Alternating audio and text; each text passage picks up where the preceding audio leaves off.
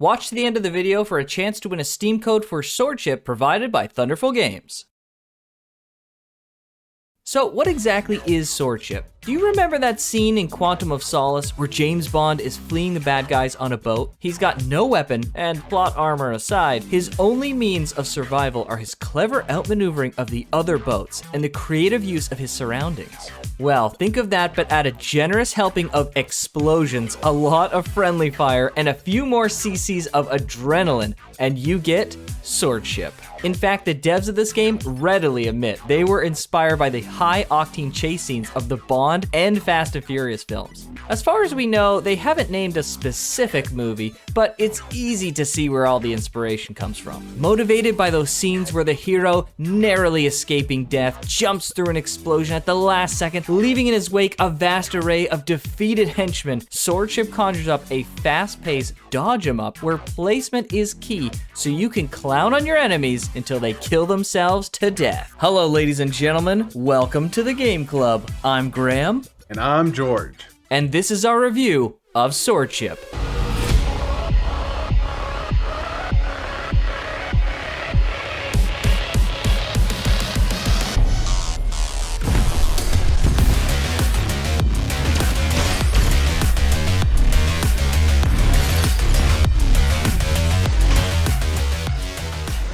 I'm sure we can all agree no one went to Fast 9 looking for realism. The fans of the franchise don't watch the movies because they think they're practical depictions of real-world physics. They watch them because they think they're cool, because they put aside reality for a second, and when they're in the thick of it, those movies provide you with fast-paced, non-stop action.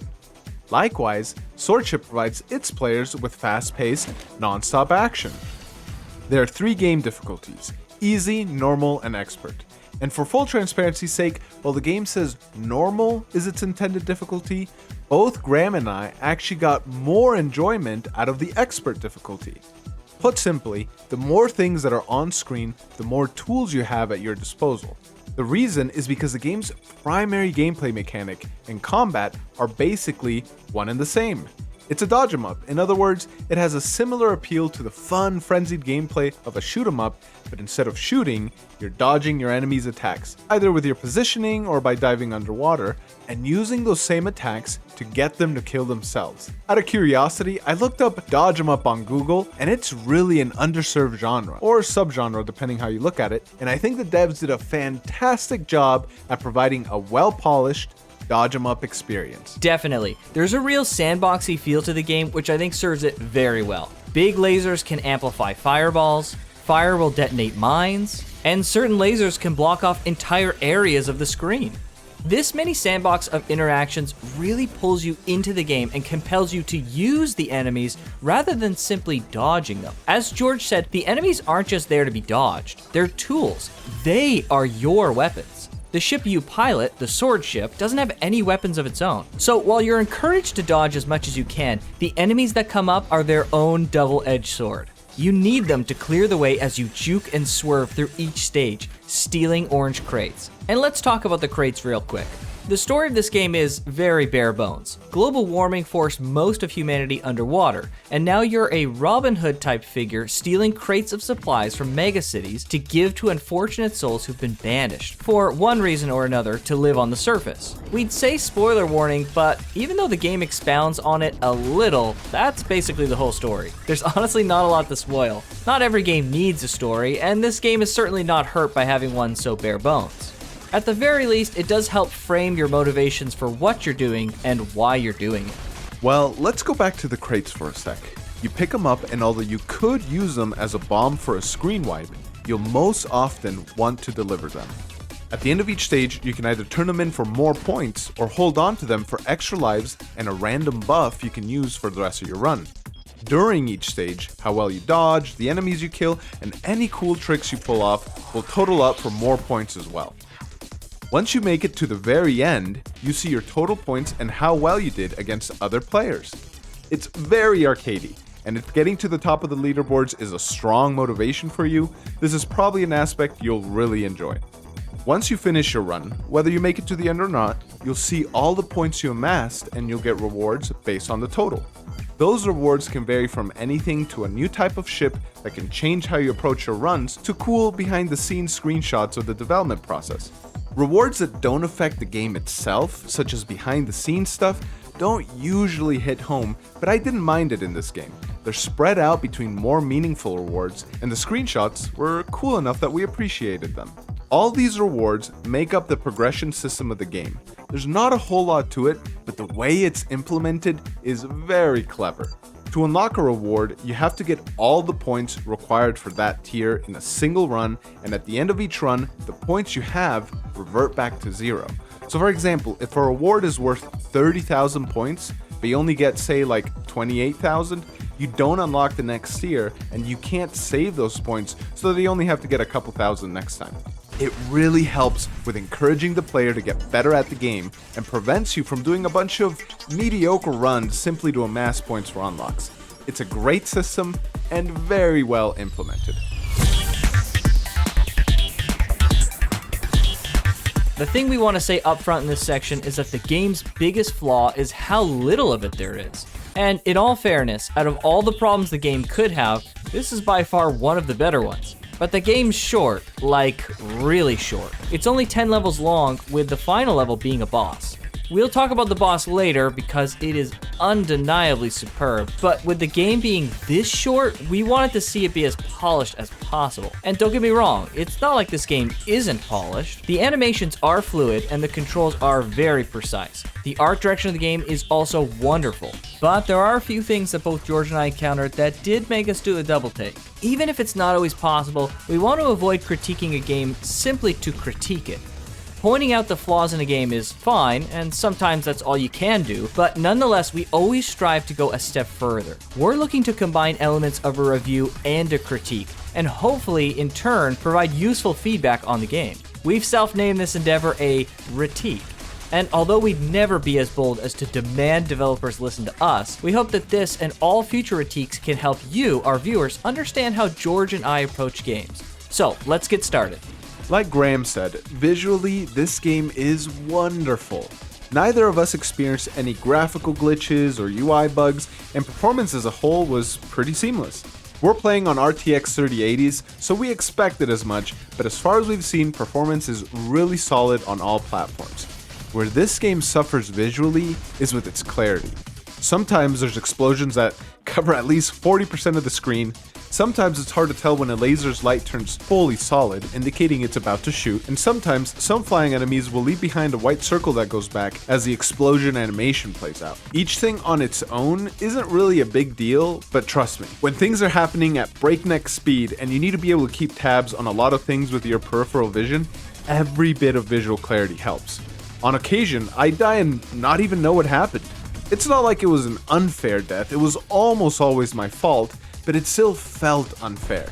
A death cam or similar feature would be nice to have to help clear up any doubts on that perception of unfairness. Obviously, straightening out these visual clarity issues would be preferred, but a death cam feature would be nice regardless. Yeah, there were deaths that seemed unfair, but there were also deaths that were unfair.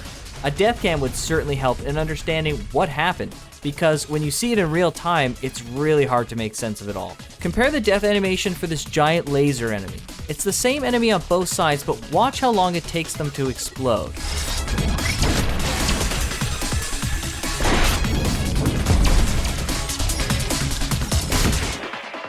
The wall kills enemies instantly, and in turn, it kills you instantly.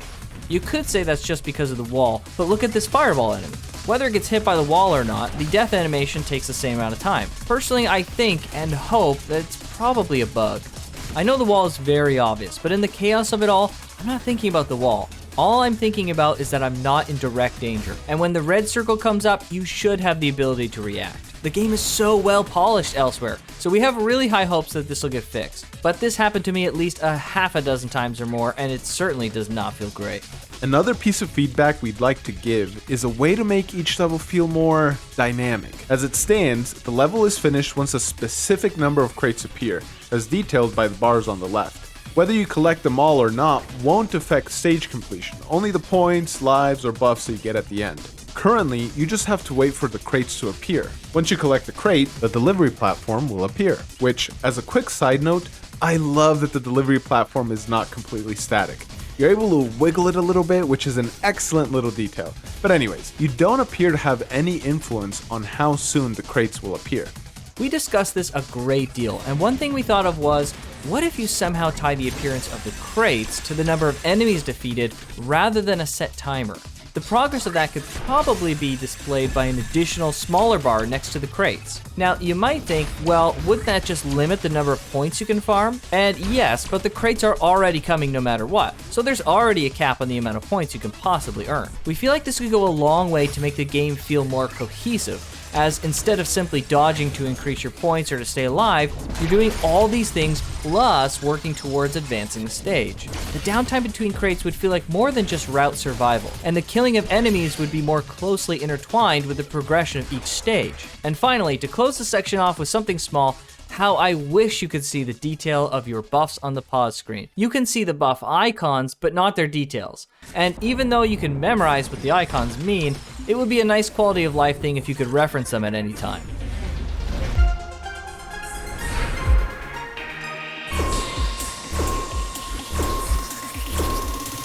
Ooh, all right, it's boss time. Yeah, boy. This is easily the best part of the game. It's such a tragedy that this game is so short because I could have used at least 3 or 4 more bosses of this caliber. I think the whole game is already creative with its enemy design, but the boss far outclasses every other enemy. It's also some of the most fun in the entire game. The rest of the game is more about reaction time and dealing with the type of enemies that come up, but the boss, on the other hand, feels a lot more like a classical enemy, in which you have to analyze their moveset and really learn what it's going to do. To keep things spicy, there's still a randomness element as far as which move you'll experience next, but overall, the boss fight is just peak Swordship. It's pumping action, a great soundtrack, and a fantastic enemy to boot. Oh yes, this boss is so good. Usually I'm not a fan of punishing one-shot mechanics like this with bosses, but I really love that the game gives you control over exactly how punishing he is. You have control over how many lives you get, so you can be facing the boss with 1 life or many. In fact, each ship variant will give you different buffs, such as instant delivery or EMP, etc. One of these ship variants allows you to get double lives, so the control is really in your hands. The boss is as punishing as you make it. The footage here really doesn't do this boss any justice. The best way to truly experience it is to experience it yourself. But like George said, I wish the game had 3, 4, maybe even 5 more bosses like this. It was spectacular, and I really want more. Overall, this game is really well done. We want to be singing its praises up and down, but here's the kicker.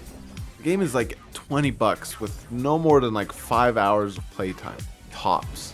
If you really want to stay on top of the leaderboards, you'll probably get more mileage out of it. And listen, what's fair value will vary from person to person, and hours played isn't always the most appropriate metric. For this game, we can't personally recommend it at that price range. I'm not saying don't play it. Definitely put this on your wish list. The game's good. It's got fast pumping action like I said, and despite some improvements it could make, it's a really well polished experience. But I'd say wait for a sale, see if the price comes down a bit, and get it then. Yeah, when George and I were discussing this, we wanted to abstract the game's quality and how fun it was from the price. For example, if Elden Ring was $1 million, the game would still be a masterpiece, but it's certainly not worth $1 million by itself. It's the same thing here. Swordship is a really solid game. And hey, if what you've seen so far is enough for you and you think $20 is a good price, go for it. But for us, that price range just isn't it. However, thankfully for one lucky subscriber, you won't have to wait for a sale. Thunderful Games, the publisher of Swordship, has been gracious enough to give us an extra Steam code for a giveaway. Honestly, we're so happy we're able to do this, and we want to give a huge thank you to Thunderful Games for this. So, if you want a chance to get Swordship for free, all you have to do is subscribe to the channel, leave a comment below. It can be anything you want, just, use common sense. And in a week from now, we'll announce the winner. But to cap off the review, we'll finish with our scores. As always, we rate games based on their specific merits, and so for this game, these are my scores. and these are mine. And overall, my score is B rank.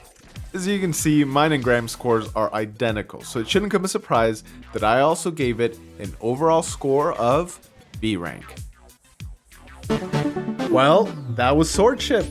I had fun with it. We really saw things eye to eye in this game. We've had previous games where we saw things a little bit differently, but this game we were really just on the mark right alongside each other. Yeah, for sure. It's more of a simple game, so I guess it's kind of easier to see eye to eye on this one. So yeah. One thing I did want to say though, which we weren't able to put in the review, is I wish this game had an endless mode. It's ripe for it. It's got like all the pieces there, they just haven't been put together, and I think it would really benefit this game a lot. Yeah, I would love to see how crazy the game could get if they just continually added more and more enemies. Yeah. Maybe it like hits, I assume that maybe it hits like a breaking point when there's so many enemies they just like constantly murder each other. But it would be pretty funny to have like an endless mode that just really gets out of hand. Yeah, I mean, I hope this game continues being worked on from its inception. Like, it's really changed a lot.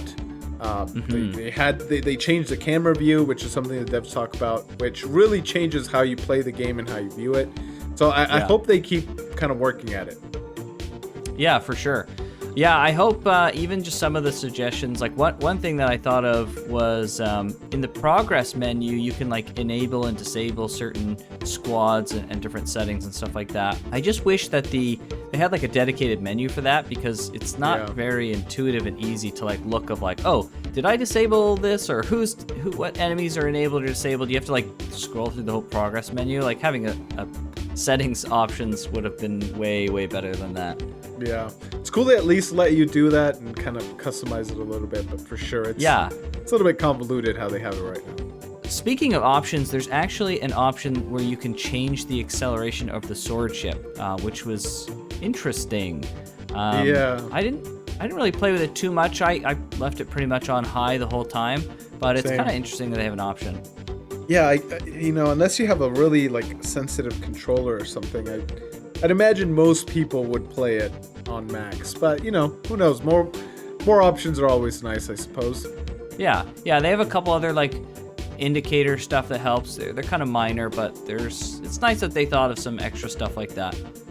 There's even they have, we were talking about the sandbox a little bit earlier, and there's even like the little shots I noticed while we were kind of compiling the review. One of the shots can go through the fire from like the flamethrower guys, and it becomes like a fire shot. There's so many like little things in this game. It's just cool that they added so many cool little touches. So overall, it's a really solid game. It's just, man, I wish there was more. Yeah, same. That's like the only thing with this game. It's just needs more of it, but what's there is great, and I had some fun with it. Yeah. Well, ladies and gentlemen, that'll be it for this video. As always, thank you so much for watching. Don't forget to subscribe and leave a comment down below for a chance to win a code for Swordship. We've got more reviews on the way and other videos in the works, so be sure to stay tuned. But with that, I'll see you on the next one. See ya!